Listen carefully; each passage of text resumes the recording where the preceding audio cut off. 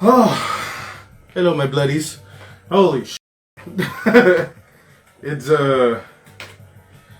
it's been a rough one. I'm not gonna lie. I'm not gonna dance around it. It's been a rough one. Really, it's been one hell of a bumpy road. Well, welcome to Dead and Laughing. Uh, Today's guest is Jonah Lobe. Wow, hello there, beautiful. Hello, how you doing, man?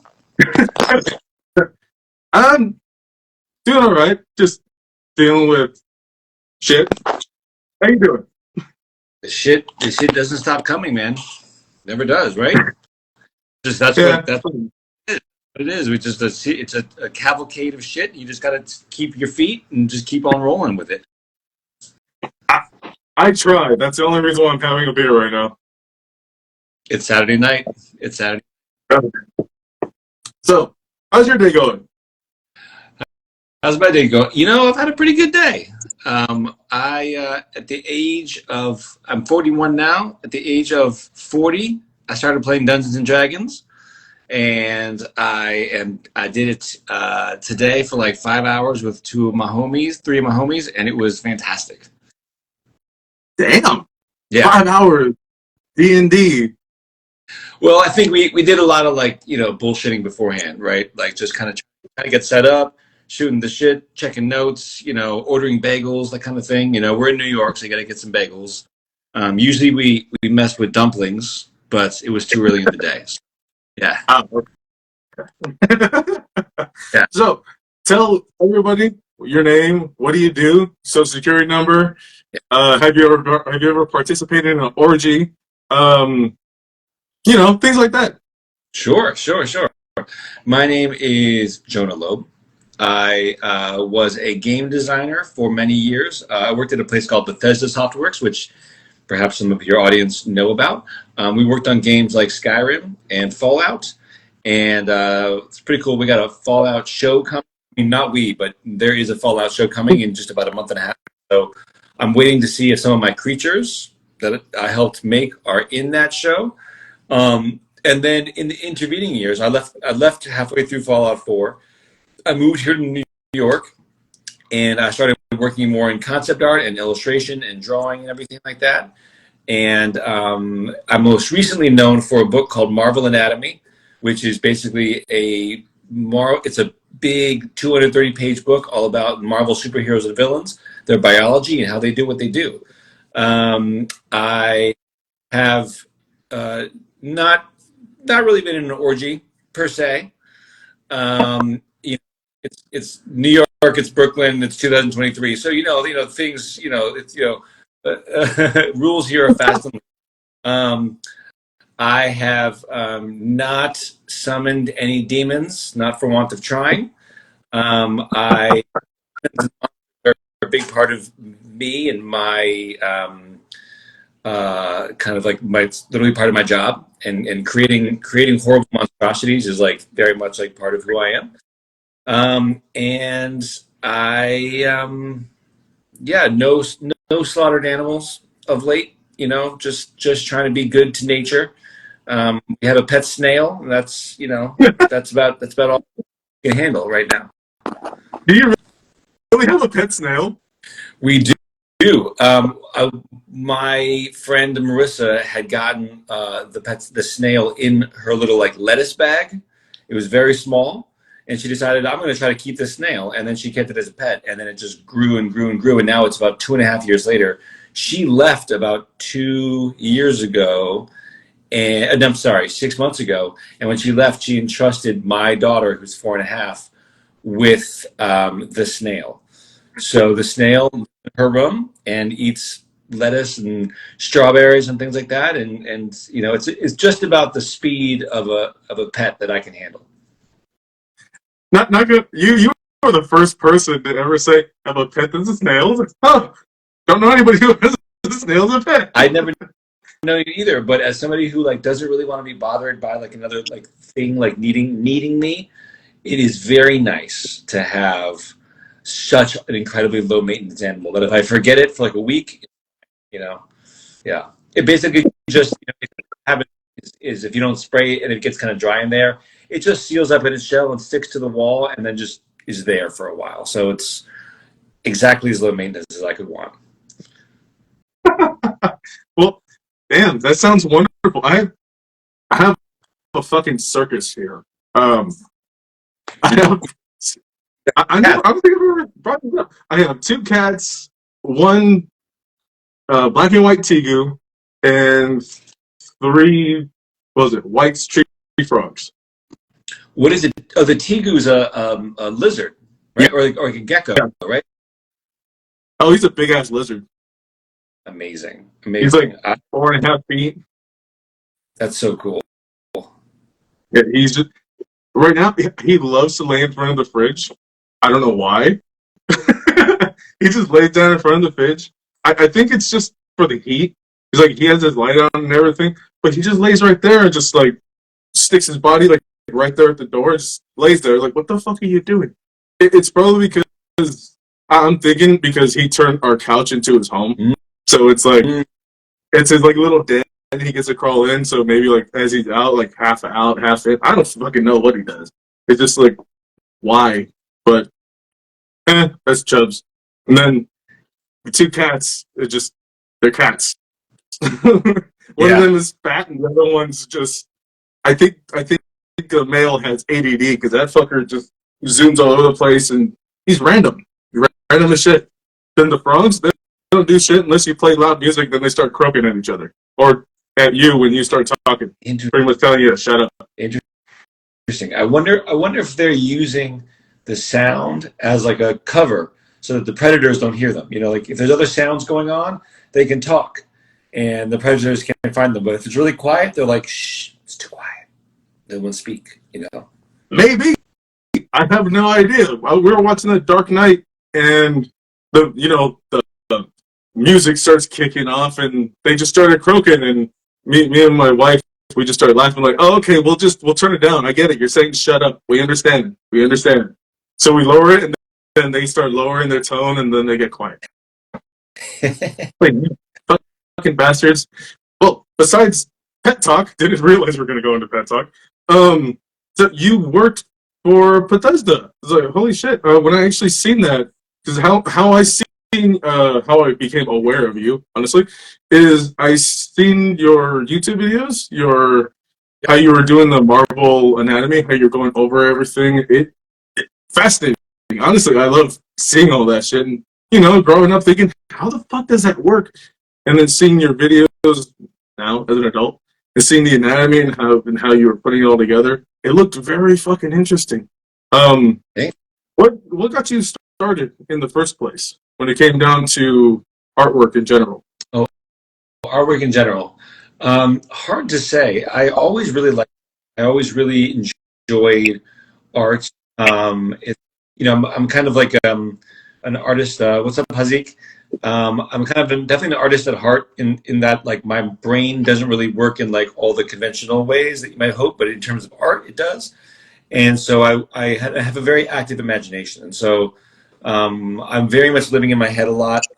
I'm more than most people. I think I'm only like a certain percentage present at any given moment because I build elaborate playgrounds in my head and I stay there a lot.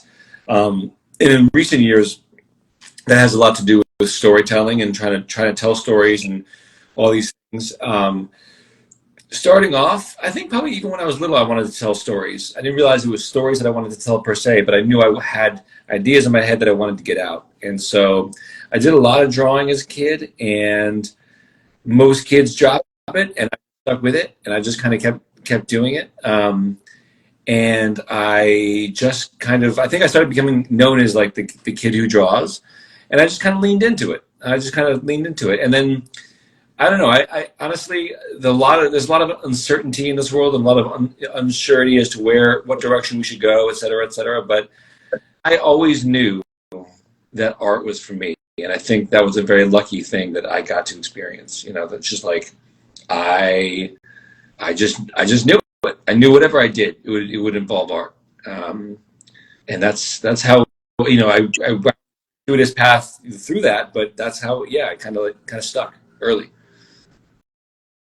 You usually everybody that's on the show, that's usually how they start as well. It's crazy to see that the journey always starts off in the same spot where it's like you just get interested in sketching, drawing, whatever it is. You become the pretty much the art guy, the art kid, or art person, whatever the hell you want to label yourself. And it just depends on where you go from there. Like you just branch out, become whatever the hell else, tattoo artist, painter, sculptor. Your case, it could be leading to this, leading to Bethesda, leading to fucking Marvel. It's like holy shit! It's crazy to hear that. Yeah, I think I think there's kind of an idea that artists are gifted. The idea that they usually that like they're kind of just born with it, and I certainly agree that there are some people who have stronger aptitude toward one thing or another because brains are amazing, marvelous things. We're all, the older I get, the more I realize that intelligence itself comes in many different forms. And I think that the idea that some people are smart and some people are stupid is not as true as you might think, because I think a lot of it comes down to how you were raised, how you were taught to think, etc. And I think some people just have superpowers that other people don't. So I'm not disqualifying that, but I do think a huge differentiator between people who become artists and people who don't is the people who became artists simply just stayed with it. Like they just kept going, and and in that way they kind of got ahead, and then as you say, they become the drawing kid, and then it becomes like a thing, like that it's part of their identity. They're like, I guess I'm the drawing kid. And so it's always a little sad when somebody used to draw and doesn't, for me, because I'm kind of like, well, you still could draw, and I think that the thing about being an artist is it's not really about how good or accurately you can draw, it's how articulately you can express yourself. And to me, that's a beautiful thing, because as much of a veteran artist as I am, I still cannot produce the kinds of things that you can produce, because your brain is different and your lived experience is different.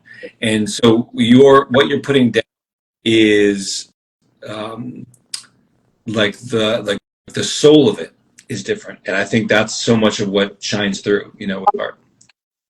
Oh yeah, definitely. You grow and you build your style based on everything you're going through, everything you're living. It just starts to become that.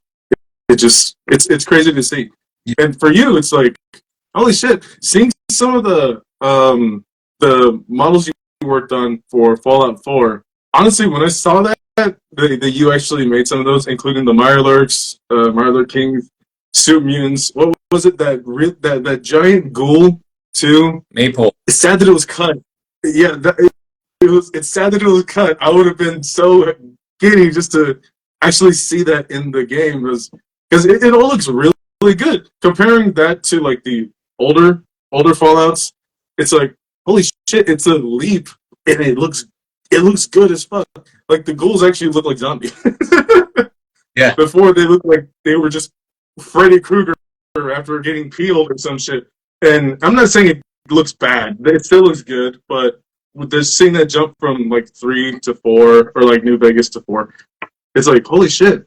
And then the way the Mirelurk look and everything, they stuck with that obviously for 76, and it's just crazy. And then the dragons you worked on as well for Skyrim, just the amount of detail in the characters is honestly awesome to see. Sometimes me and my wife, when we're playing, we'll just stop and just look at them like, damn, that's crazy. Look at the way the faces, the claws, the details in the shells, whatever the hell it is, even the suit mutants, all of it. Thank you. So speaking to you about this is pretty sick, honestly. Thank you. Actually, editor had a question for you. Great. Yeah. What the hell was it? I think he said, "Do you know anything about the next Skyrim? About the next Skyrim? About the next Skyrim? About the next Skyrim?" Ain't no way this dude just said that I said, the next Skyrim. Like bro, come on. I said the next Elder Scrolls. No. No.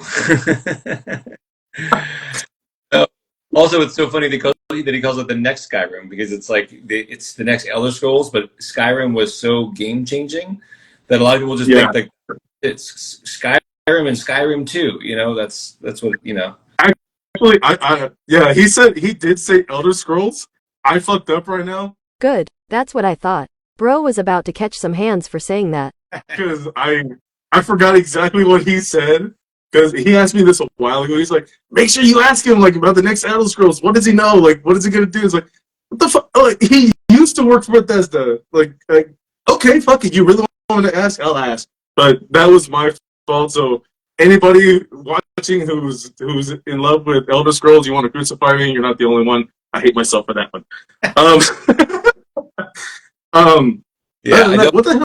know anything about the next Elder Scrolls. I know that I know that they're beginning work in earnest, but I don't know anything else about it. I do know who the art director is. Can't tell you, but I personally excited. So I'm feeling. I have mixed feelings in general about the direction that Bethesda has been taking in the last couple of years, and a lot of that comes down to the amount of my friends and people who left in the years since Skyrim, including myself, obviously. I have a documentary on YouTube, as I'm sure you know, all about Skyrim's development. And I interviewed 9 other people who worked on the game in some form or fashion, and all 9 of them have also left. And so a lot of people left due to different kinds of issues, etc. But so I'm a little worried in general about the future of Bethesda. But I have faith in the person I know who's going to be art director. Now, art director is one department, and let's be frank, in all the ways that Elder Scrolls 6 might let us down, the art will not be the way that happens. Yeah, these days, so many video games just look amazing that at some points, unless the art really stands out, you kind of expect it would be amazing. I played Diablo 4, and quite frankly, I was very disappointed overall in the whole game, and it kind of felt lackluster. It kind of felt like it brought nothing new to the table. It was kind of the same game before, and yet it didn't even feel like expansive enough. But I will say, the art direction was running at 125%. Like, the artists at Blizzard are magnificent, and they really they know how to bring things together in amazing ways. So, but I think that from everything I've heard and read about that game in particular, corporate, I think, drove the game too fast, too hard, in too many poor ways. Anyway, the point is, art in general in games these days is friggin' sweet. And I know that the Elder Scrolls 6 art will be spectacular, but I don't know what it will be. I don't know where it's taking place. I don't know anything else about it. If I had more contacts still at Bethesda, I'm sure I could shake some trees and branches. And the ones I have now, I them, but they're just being real tight-lipped about it. And quite frankly, I want to be surprised. I skipped over Starfield. I didn't buy it. I'm not interested in it, the content. But no matter what the reviews say of Elder Scrolls 6, I'll probably pick it up. You know what? Hey, maybe you might have a good answer for this. Why is it Bethesda glitches are so goddamn wild? Yeah, I mean, it's because it's a sandbox world in the truest sense. They try to make, they want to make it as flexible as possible. The whole promise of a Bethesda game is like, go anywhere, do anything. But when you have all these quests built in, and you have day-night cycles and NPCs going to bed at this hour and getting up at this hour, there's just a million variables that can happen, and any one little mix-up can cause hilarity. I remember, still have a memory of when I first joined Bethesda. They were finishing up Oblivion, and they had me playtesting. My job was as an artist, but I'd come in so late, and I was such a newbie that they just said, you know what, just playtest and try to find the bugs, and that will be great.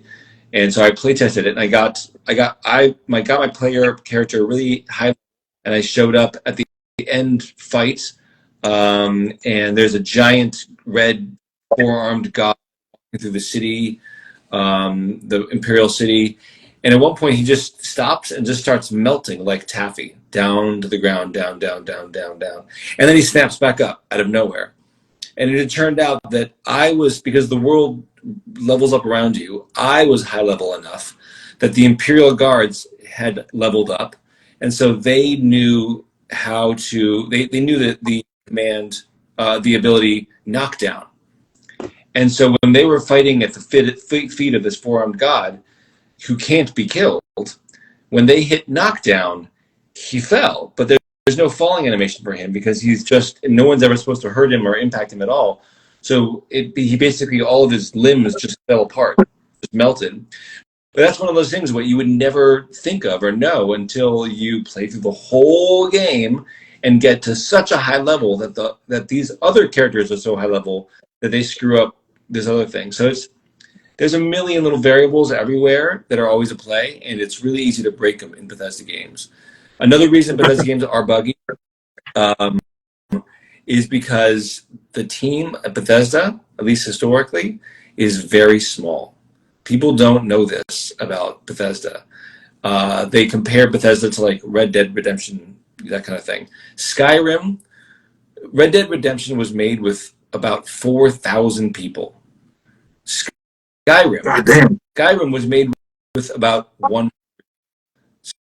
So just to put that in perspective of like, like people will say like, oh, why can't Bethesda games be less buggy, etc. Well, because it's a tiny little team.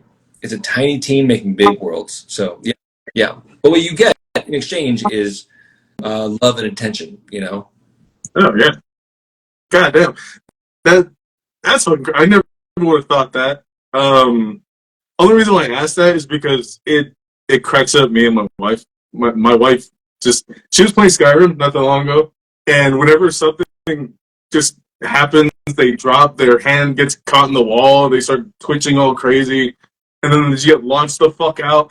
It's like I just hear her laughing, and I'm like, "What happened this time?" And she's like, "Come over here, see." She records it on the Xbox, so you gotta see this shit, and it's just like, how the fuck? It's funny as hell to see.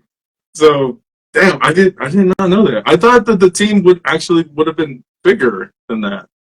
It seems like it because they're building such big worlds, but no, they did not. They had a very powerful. They had a very young but very talented level design team. So before, just in the last couple months of Oblivion's development, they hired their first two level designers. These guys, Joel and Jeff, and so then the Joel and Jeff quickly assembled some levels. Before that, what they did basically is artists make all the art for a bunch of years, and then in the last 6 months had the artists put together some dungeons. But now with the end of Oblivion and going into Shivering Isles and then Fallout 3, they had dedicated level designers who knew how to tell stories with the environment. And so I think they really helped create that handmade world that like makes it really feel like every inch of the world is authored and thought out. Yeah. I wanted to talk to you about Quiet Level 1, the book you're working on. Oh yeah, let's do it. I was going over everything today. The link you sent, I was going over everything, and it's pretty crazy how you made the little guy not able to talk. Yeah, and, like the little worm speaks for him and everything, but he can't use eyes. The arms are fucking useless. It's interesting how what gets you in the mindscape to actually come up with these characters and to just build like this world that you're actually making on your own. Yeah, it's funny that you mentioned Quiet because I've got actually this Kickstarter that I got coming up. I got these little metal figurines of Quiet. They're really they're nice, they're heavy, they're like well made. I'm really excited about these. This is for the Kickstarter that's coming up. How did I come up with the idea? Hard to say. I had drawn iterations of Quiet before. This little skeleton character. I've always liked skeletons. I've always liked, just like skulls and demons, that kind of thing when I was younger. And then I started drawing these more like cute. I really enjoy blending like the beautiful and the creepy and things like that. And I started drawing this little character who was cute, like actually kind of cute. And I came up with the idea because I was kind of thinking about actually Diablo. Funny that we mentioned it. And I was thinking of the experience of playing as a as a barbarian. And you're going through these dungeons and you're smashing every single skeleton you see, etc. And I kind of thought, like, it's really funny because these skeletons are just kind of wandering around down there. They didn't actually leave the cave. Like, they're just chilling, basically. And you come, this big roided out, human, and you just smash every single one that you see. And in fact, you're supposed to kill them all, and it occurred to me, like, well, what if they're just chilling? Like, what if they're just very peaceful down there, and you're the absolute psychopath who just came in? But because you're a person and they're a skeleton, you assume that they're just like evil for whatever reason. And so I started kind of conceiving of this little skeleton character who's kind of like, and this is not the one-to-one story of who Quiet is, but this is how Quiet came to my mind. I kind of imagined like a little skeleton that, like, maybe he got left behind. Maybe this Conan character or this big Diablo barbarian came through and like killed all these skeletons and just laid waste to skeleton villages and all these things, and there's one little one left. And I thought to myself, well, that sounds like the origin story of every hero ever. Like a big villain rides into town, kills everybody and then rides off to kill more people. And you might be a little person of peace, but you think to yourself, well, maybe it's my duty to stop him. Maybe I should pick up my father's sword and go see if I can stop this evil from ending everything. And so that's kind of the spirit in which Quiet was born. And I later came up with the idea that he didn't talk, because it started off with an aesthetic choice. As you can see here, he is a skeleton without a lower jaw. And I think I started the idea because it was kind of cuter. And then I kind of thought, like, no, like, what if, I kind of actually thought to myself, what does he have to say that's so interesting? Like, stop, villain, or whatever, I thought his origin and his own opinions and all his thoughts don't interest me as much as his act, because he's got like a body of like a 4-year-old, he's got a huge oversized head. He's wildly outmatched by the villain and by the world that he's in, and yet to be a hero is to persist regardless, And I also paired that with the idea that I think a lot of us feel voiceless and powerless. I think this is a big world with a lot of huge and unstoppable and uncaring forces, that aren't necessarily even evil at all, just can just crush you without even thinking. Rent, hunger, disease, all these different things, like all of these things come for all of us, right, in some form or other. And I thought to myself, a real hero is somebody who is plainly outmatched, but won't stop getting back up and doing what they think is right. And so that's how I kind of came up with this idea. And if anyone who's watching this, you can go to my website, johnalobe.com, or go to my Instagram at I am Jonah Lobe, or see the Instagram of Quiet, which is Quiet Level 1. And you can kind of see that I've got this big villain. He's a huge guy. He's basically the barbarian from Diablo. And you just look at the two of them and you say, the little skeleton does not have a chance. But you immediately, upon seeing him, root for him. He's immediately the good guy, kind of. And so, I'm moving forward with this kind of non-speaking role, knowing that everybody else in the world around him can speak. And I also thought that, there's a lot of characters like Mario, like Link, like that kind of thing, that don't speak, and yet they're not expected to speak. And the fact that they don't speak is not a part of their character, because in Mario, they live in a world where no one really speaks. They just make kind of sounds, and then there's like subtitles. And in Link, he just doesn't really speak much. He doesn't, he's a non-speaking role, kind of like a Gordon Freeman. And I thought that's a great example of like characters who don't speak at all. And it turns out you don't need characters to speak to be articulate in some way. And so, but in this case, I'm making Quiet a character who is unique in that in his own world, in that he can't speak. And so I think it can be a frustration for others, or it can be, it can be like kind of a plot device where, he might need to speak and he can't. And so when the villain looks at him, he only sees a skeleton, an undead, a monster. And Quiet literally can't speak to him and reason with him. And I thought that sounds like a really compelling, like, face-off, where they kind of have this irreconcilable differences between them. Yeah. So that's a long answer to your question about how I kind of came up with the non-speaking main character. I think it's gonna be fucking great. Thanks, man. Yeah, I'm really, honestly, I'm really excited about it. It's a world that I'm building. I'm very excited about. I'm pouring everything I have into it.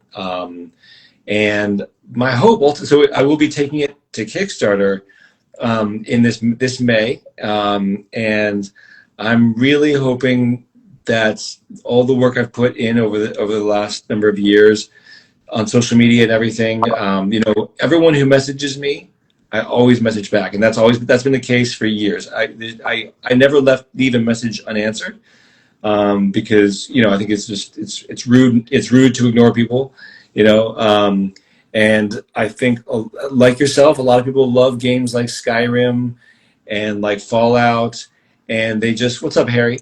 Harry Osborne art is in the room, by the way, incredible artist. And I think it's just not, it was a privilege for me to work on these games, and so it's only right that I reach back out and connect with people. So, but I'm hoping that these connections that I've made with all these fans over the years pays off, and that when I run the Kickstarter, I hope people come out and support Quiet and support me, because if it doesn't happen enough, I don't know, I won't be able to continue, and that's kind of heartbreaking, but these bills ain't going to pay themselves. So, but I don't know why I moved from games, which are like somewhat of a steady lifetime of work, to freelance comics. I don't know. That was kind of a stupid financial move, but I really wanted to be able to tell stories. Honestly, is what it came down to. I want to tell my own stories. I think I have these stories, some stories to tell, and I think Quiet's story is just, he, as a character, he's just wormed his way into my heart, and now I need to tell the story, at least get it going. So, yeah. Who knows? Maybe after, or maybe during the whole story being made, maybe it could be turned into a game as well. It does sound like it's set up like one, even for, what the hell is it? The room for gifts, all that. It sounds like it could be set up for it. So it's like, if that would be a game, you're the underdog. You're the little skeleton who's trying and just going around. It sounds like that would be interesting as shit too. I would love to see it made as a game one day. I got burned years ago working on an indie game, a year and a half, and I just worked my ass off on this game, and then it never got released. And so when I even contemplate working on another game on a small team, it kind of crushes me inside. I'm like, no, I can't go through that again. But if somebody else wanted to make a game and wanted to work with me on it, I would love to. And as you say, the world it references video games all the time. Even the name Quiet Level 1, it's it's supposed to make you think of video games. That's right where you start off in the story. Yeah. So that just sounds fucking crazy. One last thing, I always ask either one of two questions. Have you ever experienced anything paranormal, anything you couldn't explain? That's a good question.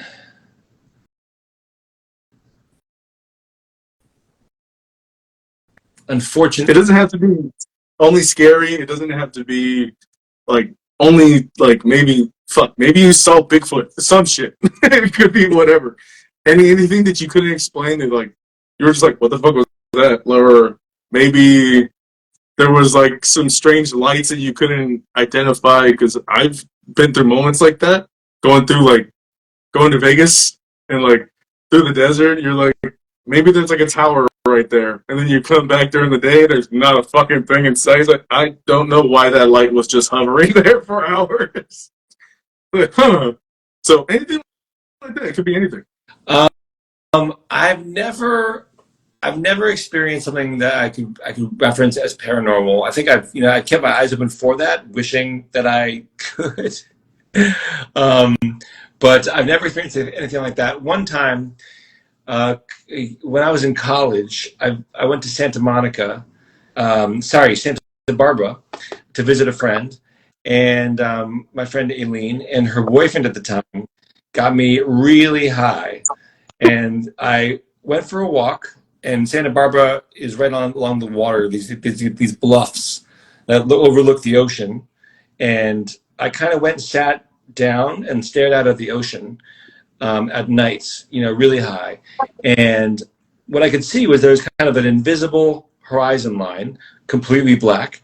And then below me, down off the cliff, was the ocean water kind of coming in. So if I'm the horizon line here, the ocean water is coming in like this, in and out. And then the stars were up here. And so you had this kind of like almost like a corridor feel. It had the illusion of looking down a corridor. Oh, what's up? What's up, Art by SMK? And there's nothing paranormal about it. There's nothing creepy about it. But what it did is it tricked my brain, and it didn't trick the cognitive part of my brain. I knew what I was seeing was water and stars, but for a second, or for about maybe actually a minute, I had the illusion that I was looking down a galactic hallway, like a truly galactic, and for the first time ever, I felt truly, I got a sense of how tiny I was in the world, and not in the world, sorry, in the galaxy.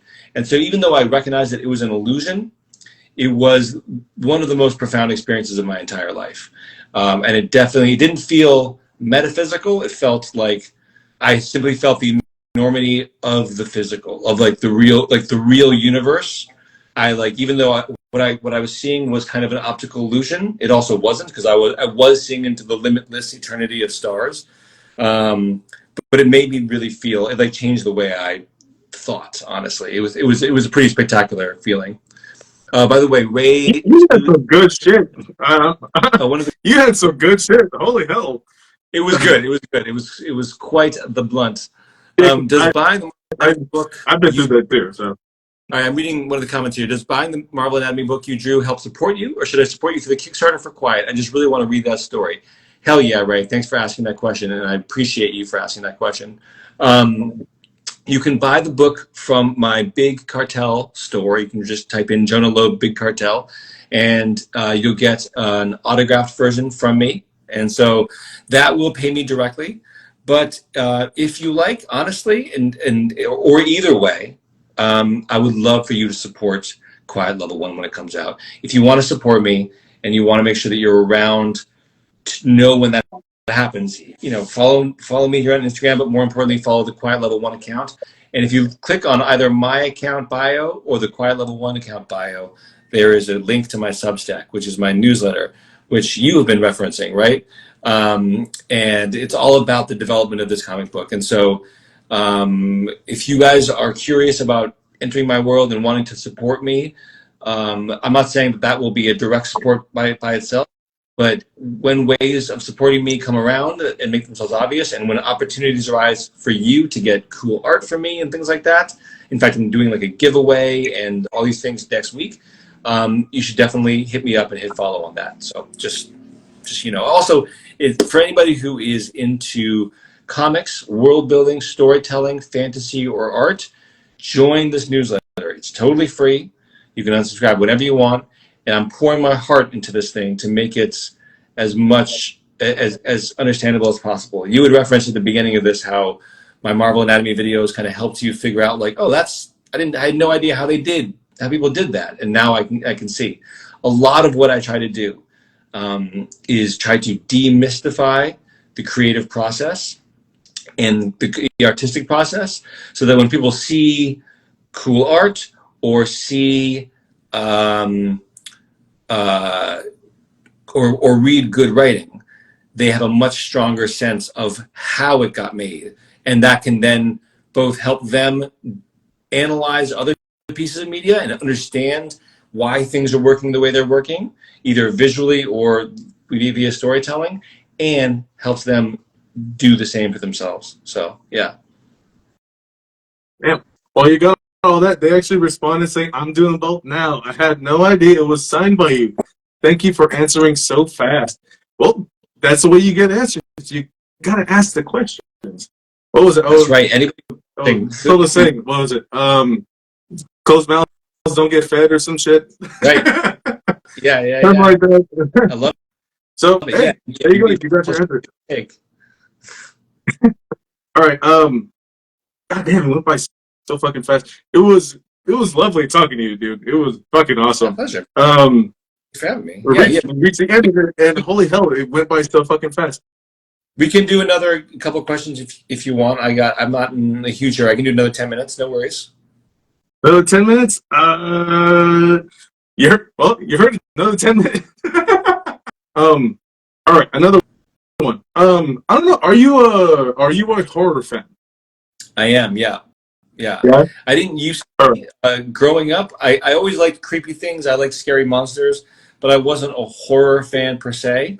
But I think that I've seen a real, starting with 28 Days Later, back when I was 20 years ago.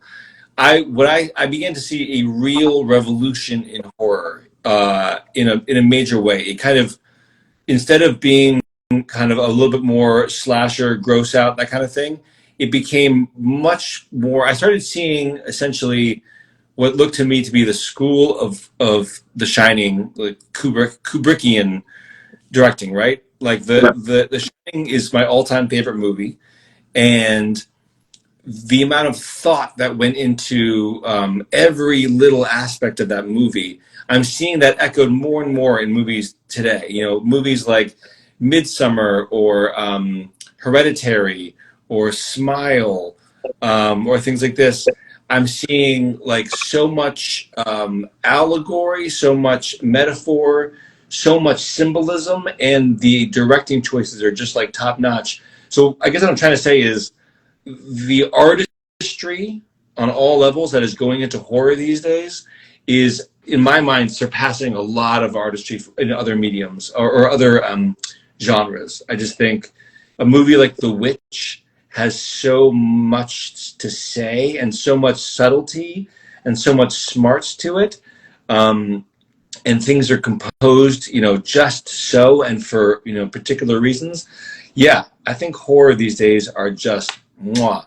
And I know some people like slashers. I never got into them, but the creepy, paranormal, like psychological shit that is everywhere these days, I'm so here for it. I understand that one. I guess I would be like in the middle because I do love a good slasher. I love blood and gore, but the story also, and just seeing them go through just fucking turmoil, just seeing them get screwed over. It's like I don't know. I would love to see like a Junji Ito manga turn into a really good movie because they're screwed in the end, but the whole story all the way through is like holy hell, and then I would love to see that. Oh, speaking about The Shining, you said The Shining was your favorite. Junji Ito is, his the Enigma of Amagata Fault, is that what it's called? That it's like that one where like a side of the mountain splits open and there's a whole bunch of holes in the rock shaped like people. That is, that's the kind of idea that chills you to your bones and doesn't leave. Yeah, that's true. And then the way they see the pretty much the cutout, and it fits them perfectly, every little detail, and then they don't know where the hell they go. And if nobody's read that one, I guarantee, you know what, go read it. But I'm gonna ruin it for anybody who's watching if you haven't read it. So yeah, fair warning. Just when they finally get to the other side and you see the mangled mess that the person once was, oh fuck! Yeah. Like if anyone here who hasn't read that, go look at it, and it's not anything you're going to imagine right now. I know I said mangled mess. It sounds like it's just like chopped up and all kinds of shit. No, it is so much worse. It's so much worse. And that's so much of what undergirds so much of what makes Junji Ito brilliant and terrifying, is because it's not so, there's so much body horror, and yet the body horror itself is only part of it. It's the psychological part, because like the themes of loneliness and isolation and estrangement are just everywhere. And so when you read a short story like The Enigma of Amigat Default, when you see the end results of what happens to somebody who enters this hole, as you say, it's a mangled mess, but it's not a dead mangled mess. This isn't something that happened to the person. It's something that happened, that they have been doing to themselves, that's happened to them over a long period of time, when they were totally alone and they were just slowly getting deformed into the shape, and they're still alive. It's that's fuck. The one thing, the one that one was crazy. I definitely enjoyed reading those. We actually have a couple of his books, but I just enjoy reading those fucking ones. But the one that always tripped me out, that just like made me like, oh, it links to like a little a fear that I know a lot of people have had, like about the shower drain. I had that when I was a kid. After I watched It, the original It, and he comes up out of the drain and everything, it was just like, oh man. And I would look at the drain like, is it gonna happen? I wasn't thinking. I was just like, I don't know. But it was just the story was like pretty much a pretty girl, was being stalked and starts hearing something in the drain over time. And when she's like, oh well, there's something in there, something clogged, something happens where she has to reach in, and just the thought process of her getting pulled into the drain by something, and it's never expressed of what the fuck it is. It could very much be the stalker, but how could that possibly be, considering the drainage and everything? It's just the thought process of actually getting somebody down that, and then all you see is like their feet just fall. I was like, oh damn. That actually, I put something like that. I actually worked on my own comic book. I stopped only because I was just like, I don't know if anybody's gonna really like this. It's fucked up. It was really messed up. Like the main character was just a terrible murderer, and things were going on to him that it was more than just his own thought that was going through his head. Everything else was being pushed onto him. He didn't realize, and there was just so much more steps. And one of them was something like that, where something from a drain, but you actually see part of it. It like pulls somebody in, and you just see the explosion of blood come out of it. And like the whole fight to try to get away from it doesn't work. They still die. But I had that. It's like oh, just the whole thought process of it is like, fuck. It's always been unnerving for me. I don't know why. I love that. Yeah, there's a story that reminded me of two things. One was a Stephen King short story called The Raft, which if you haven't read it, you should definitely check it out. It's about basically four young sexy teenagers who go fly, or young people all sexed up like in a horror movie, go swimming out to a raft, and when they get out there, they realize there's this round black like oil slick that moves closer and closer and closer in, and this oil slick eats people. Yeah, I think it's been ripped off basically, and it's like an oil show that just oil slick that eats people, and watching some of them, not go off the side of the raft into the thing, but get sucked through the cracks in the wood, and just watch what it means to get sucked in by like an amoeba-like thing, pulled down through pieces of wood, and it's just like some of the most excruciating body horror in a short story. The other thing I thought about when you were mentioning your main character as being a psycho killer is so it is on Creepshow. Yeah, one of your fans just confirmed it. I don't know if it's one or two. I forgot. Was the other thing I thought about was Johnny the Homicidal Maniac, which was a formative comic book for me. And talk about a classic, you know. Yeah, that one. Reading that one, I actually have 2 copies of that one.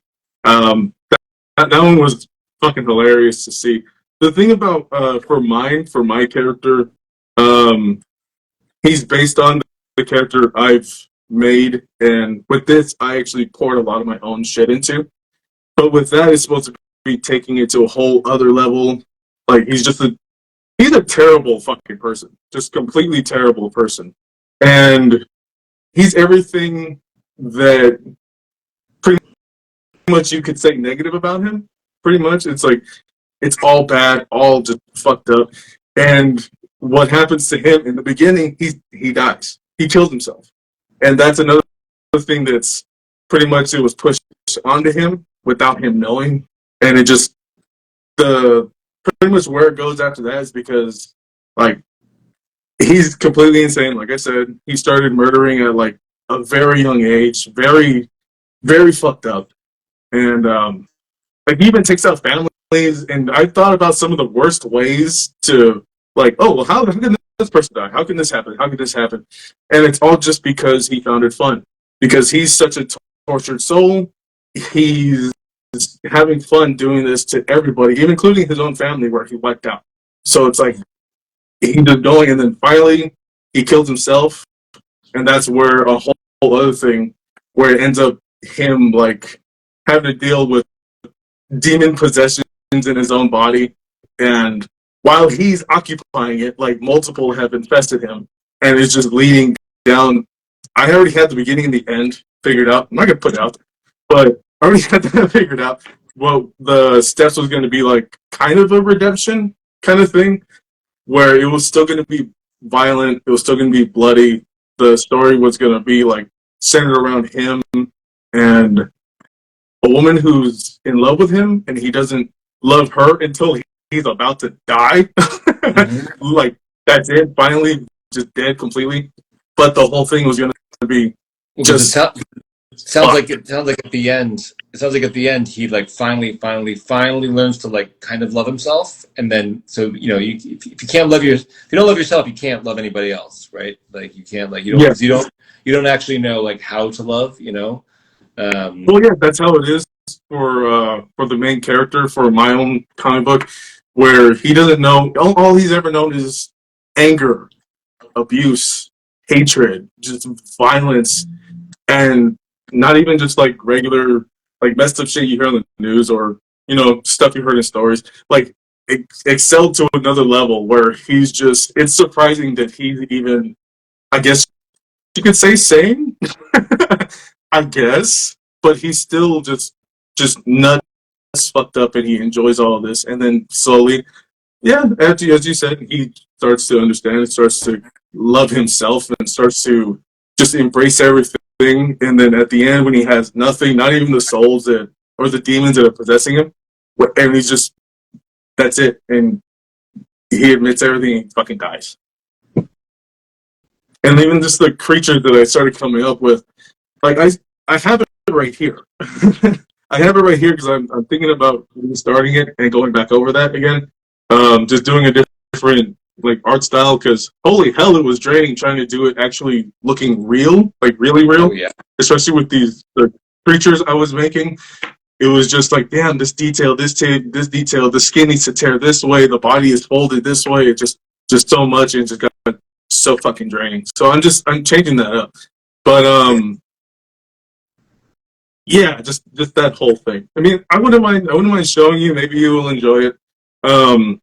Yeah. Fuck, man, we drifted away from everything else.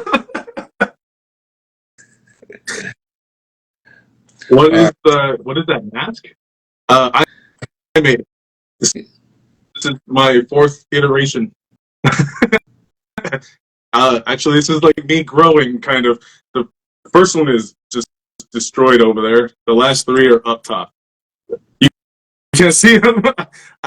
Go ahead, go through Dead and Laughing. You'll be able to see them. It's all 4 iterations. All they made by me. But yeah, it's a cool look. I really like the asymmetrical slash of the mouth and all that. It's very like it creates a really cool aesthetic. And I like the way that you painted the black around it so that only your teeth are showing. It's good. It's cool.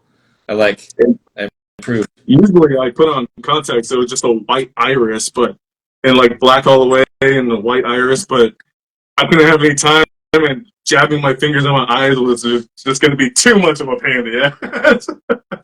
So, yeah. Usually I have my mohawk down, but I don't know. I just feel like keeping it up right now. Yeah. It's cool. Thank you. Thank you so much for having me on here tonight. Thank you for being on here. Thank you for shooting the breeze. Yeah. Yeah, it's a pleasure. It's a pleasure. Yeah, I wish you luck on this thing. Thank you, everybody, for who's watching. I really appreciate you. And yeah, come find me on the socials. Quiet Level 1. It's the new thing. It's happening.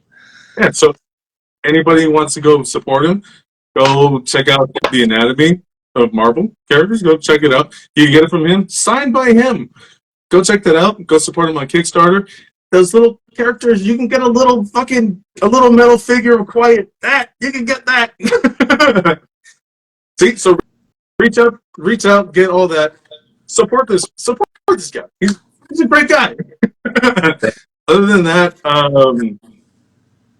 for the Dead Laughing Show, this is also going to be on YouTube, so you can go see it there. So remember, go there, subscribe, like, follow, do all that fun shit. I also got scary stories based on true events that have happened to me and submissions by other people.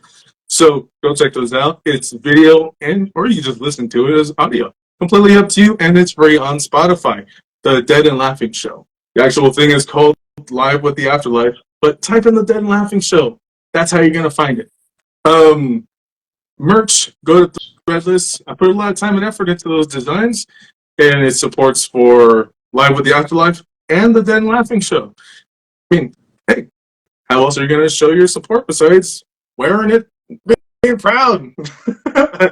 What the fuck else? Oh, comic strips.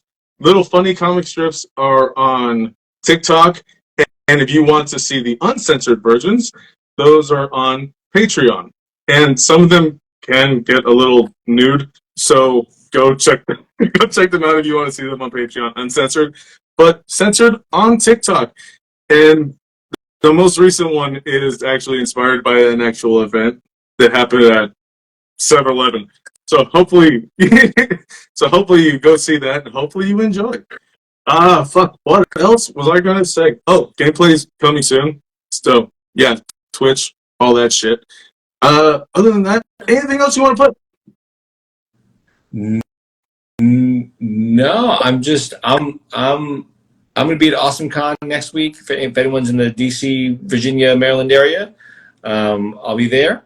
And I'll be selling copies of Marvel Anatomy. I'll be selling art prints. I'll be selling necklace pendants. I'll be selling cool little metal dice that I helped design and that this guy Emberforge made. I will be selling some Quiet Level 1 merch. I'll be selling Marvel Anatomy, and I'll be shaking hands and giving hugs. So, but yeah. So, and then I got a YouTube channel, as you mentioned, that is all about demystifying the artistic and creative process. And you can see my hour-long Skyrim documentary there. I have a Fallout video premiering in just like 2 weeks. That'll be all about what it's like working on the Fallout franchise and what it was like working on monsters for Fallout 3 and Fallout 4. And I've got Marvel Anatomy series on there, and I will be releasing some Quiet Level 1 videos within the next couple months as well. So it's about to get very active there. So that's an answer to your question. We'd love to plug that. And join my newsletter. It's excellent. I work really hard. It's really good. You're going to like it. So that's up. That's all I got. I enjoyed it. So everybody here, you better fucking enjoy it. So go do that. You'll get the presidential treatment. He'll be shaking hands, kissing babies, taking pictures, all that shit. You go see him in person at Awesome Con in DC, you said? That's it. DC. Next weekend. See? Get your ass over there. You get to see him in person. Other than that, bye. Have a good day, man. Bye, everyone. On the next Skyrim.